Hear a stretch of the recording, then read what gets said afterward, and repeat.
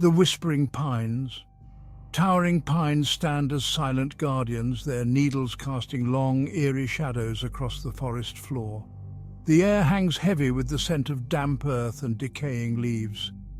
A strange silence permeates the woods, broken only by the occasional snap of a twig or the rustle of unseen creatures. Some say the forest is cursed, haunted by the spirits of those who dared to venture too deep and never returned. Whatever the truth may be, the Whispering Pines remains a place of unsettling beauty, a place where darkness reigns and shadows dance.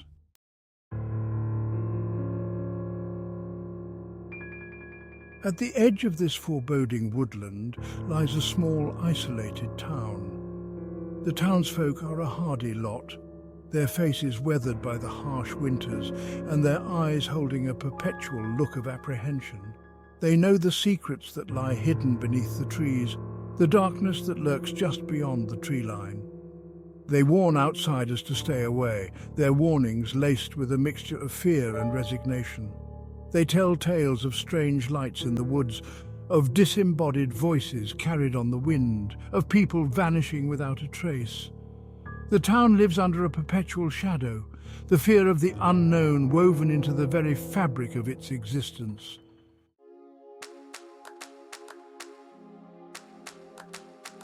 It was into this unsettling setting that Emily Harper arrived, seeking solace and inspiration. A young writer with a thirst for the macabre, she had been drawn to the town's isolation and the chilling legends of the Whispering Pines. She rented a small cabin on the outskirts of town, a ramshackle dwelling with a musty smell and a sense of long-forgotten secrets. The landlord, a grizzled old man with eyes that seemed to hold the weight of the world, had warned her about the forest. His voice a low growl that sent shivers down her spine, but Emily had dismissed his warnings as mere superstition, her mind already awhirl with plot ideas and chilling imagery.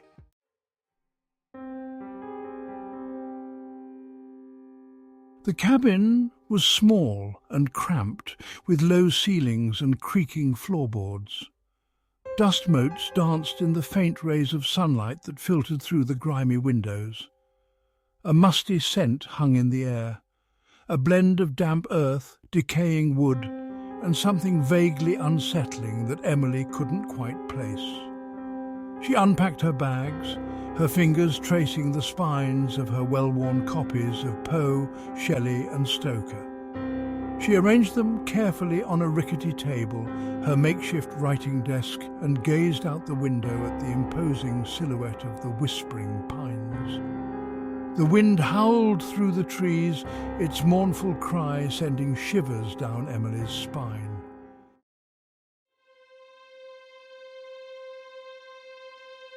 Days turned into nights, the silence of the cabin broken only by the scratching of Emily's pen across paper. She wrote feverishly, her mind awash in images of dark forests, haunted houses and tortured souls.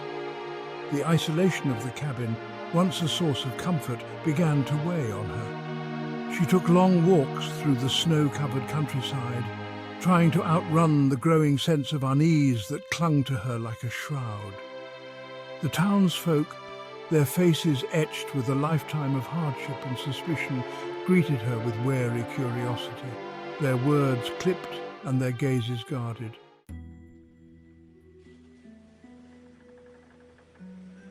One afternoon, driven by a mixture of restlessness and a morbid curiosity she couldn't quite quell, Emily found herself drawn to the edge of the forest.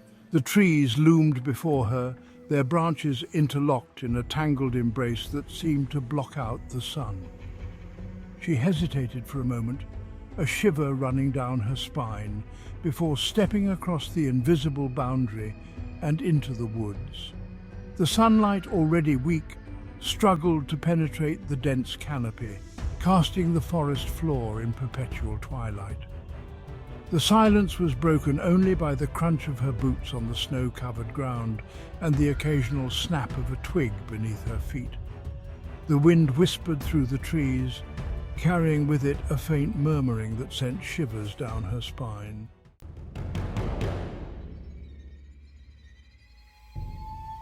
The further Emily ventured into the Whispering Pines, the more oppressive the atmosphere became. The trees seemed to close in around her, their branches intertwining overhead to create a dense, almost impenetrable canopy. The silence, once so profound, was now broken by a symphony of unsettling sounds. The wind moaned through the trees, whispering secrets in a language she couldn't understand. Emily felt a shiver run down her spine, a primal instinct warning her to turn back.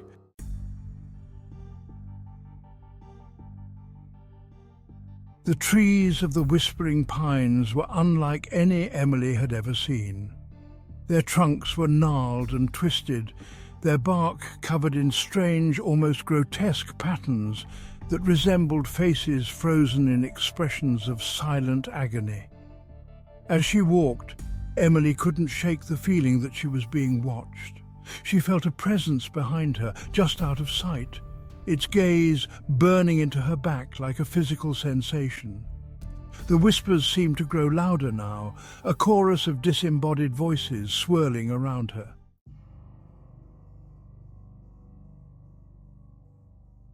As dusk began to settle over the Whispering Pines, casting long, eerie shadows across the forest floor, Emily stumbled upon a clearing.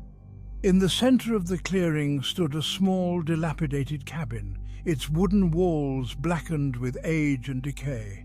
The windows were boarded up and the front door hung precariously from its hinges, as if it had been forced open from the outside.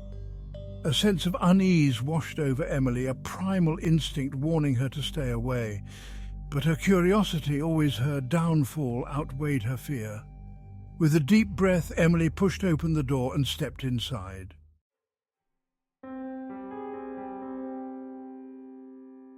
The interior of the cabin was dark and oppressive, the air thick with the smell of mildew and decay. Cobwebs hung from every corner, and dust covered every surface. A single shaft of light pierced through a crack in the boarded-up window, illuminating motes of dust dancing in the stale air. Emily shivered, her breath catching in her throat. The silence was deafening, broken only by the sound of her own heartbeat echoing in her ears. The air grew noticeably colder, and Emily felt a prickling sensation on the back of her neck, as if she were being watched by unseen eyes.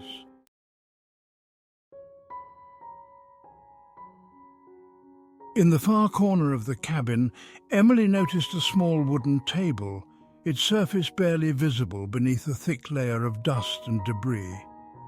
A single object lay on the table, illuminated by the faint shaft of light from the window, a leather-bound journal, its cover cracked and faded with age. Drawn to it as if by an unseen force, Emily crossed the room and picked up the journal. The first entry was dated July 12, 1888, and written in a spidery hand that spoke of both intelligence and a growing desperation. Blackwood's words painted a chilling picture of his descent into madness, driven to the brink by the very forest he had sought refuge in.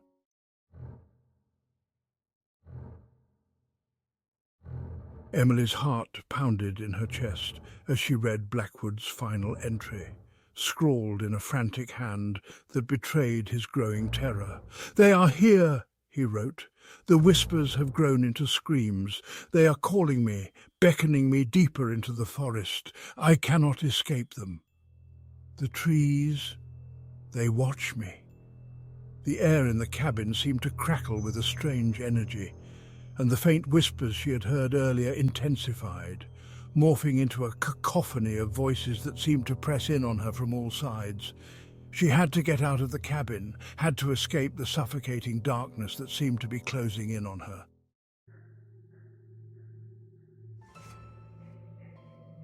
Emily threw herself against the wall where the door had been, her fists pounding against the rough wood, but it was no use.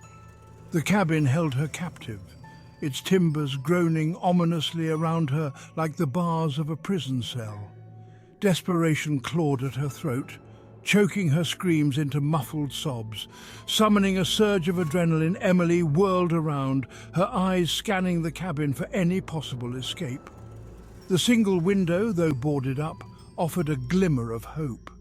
Seizing a loose floorboard, she smashed it against the window pane, sending shards of glass flying inwards. Ignoring the pain of the splinters embedding themselves in her skin, she squeezed through the narrow opening, the whispers growing louder, more insistent, as if urging her onward. She didn't stop running until she reached the relative safety of the town, the lights of the houses twinkling like beacons of hope in the darkness.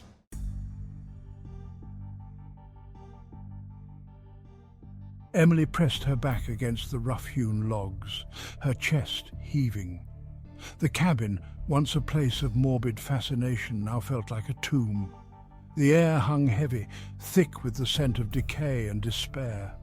The whispers seemed to press in on her, slithering through the cracks in the walls. Each whisper was a cold fingertip trailing across her skin. They spoke of ancient evils lurking just beyond the veil of reality. They whispered her name, their voices a chorus of shadows. She could feel the cabin itself shifting around her.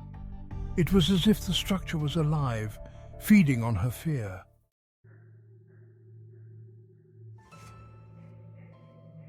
The whispers grew louder, more insistent, their tone shifting from seductive whispers to menacing growls. They swirled around her, a vortex of disembodied voices, each one vying for her attention, each one whispering its own brand of madness. They told her to give in, to surrender to the darkness. They promised her power, knowledge, release from the confines of her mortal shell. But beneath their promises, Emily sensed a chilling truth. These whispers offered only oblivion, a fate worse than death. She pressed her hands against her ears, trying to block out the insidious whispers, but they seemed to penetrate her very skull, burrowing deep into her mind. Emily felt her sanity slipping, the line between reality and nightmare blurring. The cabin, the whispers, the oppressive darkness. Were they real, or had her mind finally succumbed to the terror?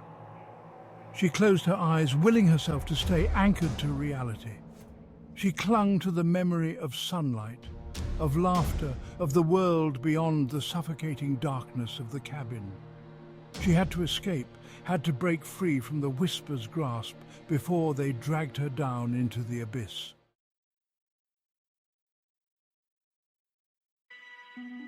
As Emily teetered on the precipice of madness, her gaze fell upon a faint glimmer of light in the far corner of the cabin. It emanated from a small, boarded-up window, a single ray of hope piercing the oppressive darkness. Hope surged through her, a lifeline in a sea of despair. She scrambled to her feet, her gaze fixed on the window. It was a long shot, a desperate gamble, but it was her only chance. She had to break free. She grabbed the old wooden chair, its legs scraping against the floorboards, and smashed it against the window. The wood splintered, but the boards held. Undeterred, she swung the chair again and again, each blow fueled by a desperate need to escape the whispers that clawed at her sanity. Finally, with a deafening crack, the boards gave way, sending shards of wood and glass flying inwards. The whispers intensified, their tone laced with fury, as if sensing her imminent escape. But Emily was no longer afraid. She had tasted freedom, and she would not be denied.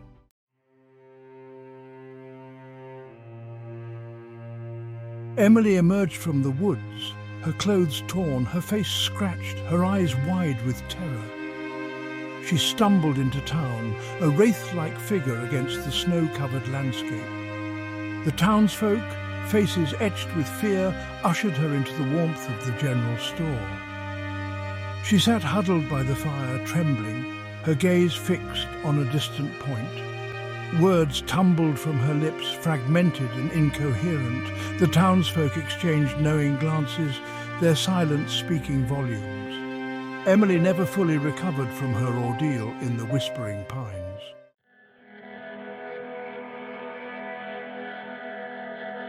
The Whispering Pines remained, a silent sentinel at the edge of the town, their branches swaying in the wind, their needles whispering secrets to the sky. The old cabin stood forgotten, hidden deep within the woods, its windows like vacant eyes staring out at the world. And so the legend lived on, passed down through generations of townsfolk, a cautionary tale whispered in hushed tones around crackling fires. The whispering pines, they said, were a place of ancient power, a place where the veil between worlds wore thin. It was a place to be avoided, a place where curiosity could lead to madness.